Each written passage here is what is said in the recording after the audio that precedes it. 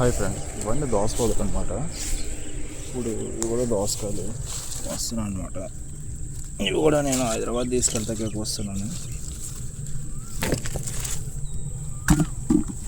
ఇవి కూడా రేట్ ఏమైనా ఉంటుందంటే ఇవి కూడా అలాగే ఉన్నాయండి. దోసకాయలు కూడా ఇవి కూడా వేస్టే. 10 కేజీలు 50 రూపాయలు 70 రూపాయలు అలా ఉంటుంది. ఎందుకంటే అంత కనీసం 100 పైన ఉంటే మనకి దోసకాయకి డబ్బులు వస్తాయి. కానీ ఈ వేస్ట్ చూడండి, కాయలు ఎంత బాగున్నాయి నీట్గా, కానీ రేట్ లేదు. చూడండి ఎంత బాగున్నాయి, చూడండి నైస్గా కాయ. ఇది కూడా అలాగే గడ్డి పెట్టేసింది. ఇది కూడా మన లాస్ట్ వీక్ ఒక 25 బస్తాలు కోసాం, కానీ మాకేం రాలేదండి డబ్బులు. ఇవి కూడా బీరపోదల్లాగానే ఉన్నాయి. ఒక్క దాంట్లో కాబట్టి ఇంకోటైనా కలుస్తుందని అనుకున్నాం, కానీ మార్కెట్ వీటిలో కూడా ఏం కలవలేదు. కాయలు చూస్తే బాగానే కాసింది, పాదులు కాయలు బాగానే ఉన్నాయి, మరి కానీ రేట్ లేదు. ఇంకేం చేస్తాం, కొయ్యాలి. కొయ్యకపోతే ఏమవుద్దంటే ఇంకో ఇలా పండిపోయి, ఇది మనం చూసారా, కొయ్యిపోతే ఇది ఇలా పండిపోతాయి. ఈ రంగు వచ్చేసింది, రేట్ లేదని కొయ్యిపోతే ఇది ఇలా పండిపోతాయి. ఇంత నైస్ కొంత కాయ.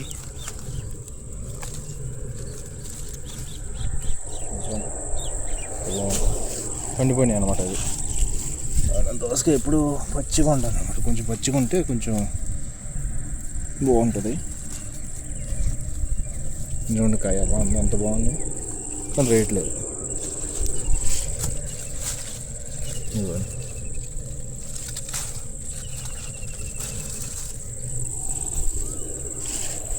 చూడండి, ఇది కూడా ఒక 3 ఎకరాలు ఉంది. ఇది కూడా అలాగే ఉంటుంది కాడ. చూడండి ఎలా పెట్టాను కాడ. కాయలు చూస్తే బాగా కాసిందండి. పాదులు మటుకు కాయలు మటుకు చాలా ఉన్నాయి. వాటి కానీ ఏం చేస్తాం, రేట్ అనేది బాగా డౌన్గా ఉంది మార్కెట్.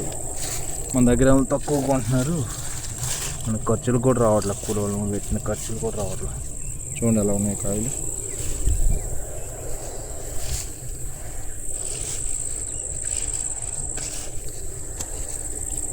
ఇదండి, ఏం పండించినా రేట్లు లేకపోతే ఇంకా రైతు ఎలా బతకాలి? ఇంత కష్టపడినా ఉపయోగం లేకుండా పోతుంది.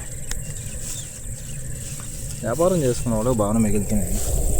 మనం రైతు పండించిన పంటకి రైతుకి ఏం మిగలట్లేదు, కానీ రైతు పండించిన వ్యాపారం చేసుకున్న వాళ్ళు బాగా బాగుపడుతున్నారు. అందుకే వ్యాపారం చేసేవాళ్ళు అందరూ సంపాదిస్తున్నారు, రైతు ఎప్పుడు అలాగే ఉండిపోతున్నాడు. పండించేది రైతు అయినా కానీ లాస్ట్కి లీస్ట్ స్టేజ్లో ఉన్నది రైతు.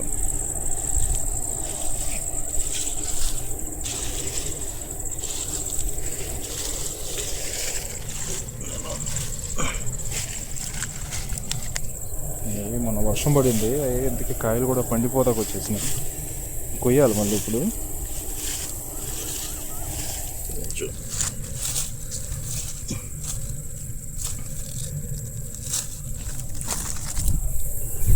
ఇంత బాగుందో చూడండి కాయ, కానీ వాల్యూ లేదు మార్కెట్లో. ఏం చేస్తాం?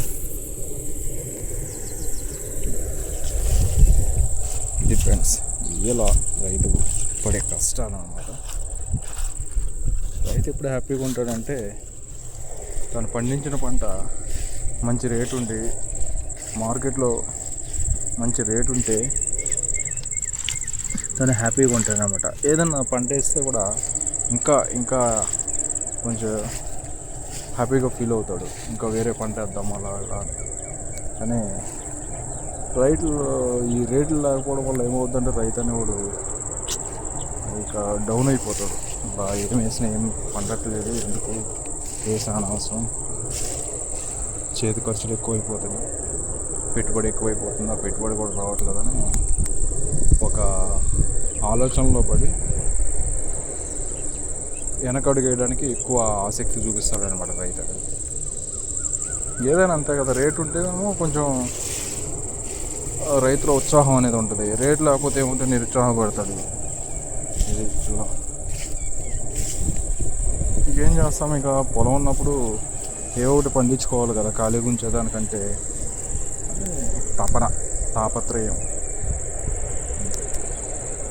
ఎలా ఉంటుంది పచ్చి మార్కెట్ అనేది ఎలా ఉంటుందో ఎప్పుడు ఎలా ఉంటుందో చెప్పలేం.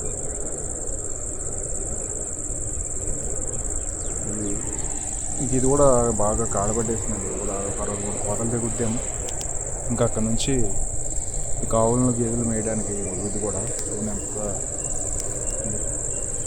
ఎంత కాడబట్టేసింది. కాడాగడ్డి ఇట్లా మనం తిరగాలన్నా కొంచెం భయంగానే ఉంటుంది. ఎందుకంటే ఏముంటాయో తెలియదు. వీటిలో పాములు గట్ట ఉండొచ్చు, ఏం కాళ్ళకి అడ్డం పడతాయో తెలియదు. అది ఇదండి. ఓకే ఫ్రెండ్స్, ఇంకా ఈ రోజుతో ఎండ్ అనమాట. ఈ దోసపాలు కూడా ఇంకా అయిపోయినాయి. ఇంత రేట్ లేదు దాని తగ్గట్టుగా ఈ గడ్డి కూడా అలాగే పెట్టేసింది. ఇంకా ఆవులని గేదెలని మేపేయడం వీటిలో. ఇంకా మరికొన్ని వీడియోస్ కోసం వెయిట్ చేయండి. ఇలాగే అప్డేట్ చేస్తూ ఉంటాను. నా ఛానల్ సబ్స్క్రైబ్ చేయండి. నన్ను ఇంకా ప్రోత్సహించి ముందుకు తీసుకెళ్ళండి. Okay friends.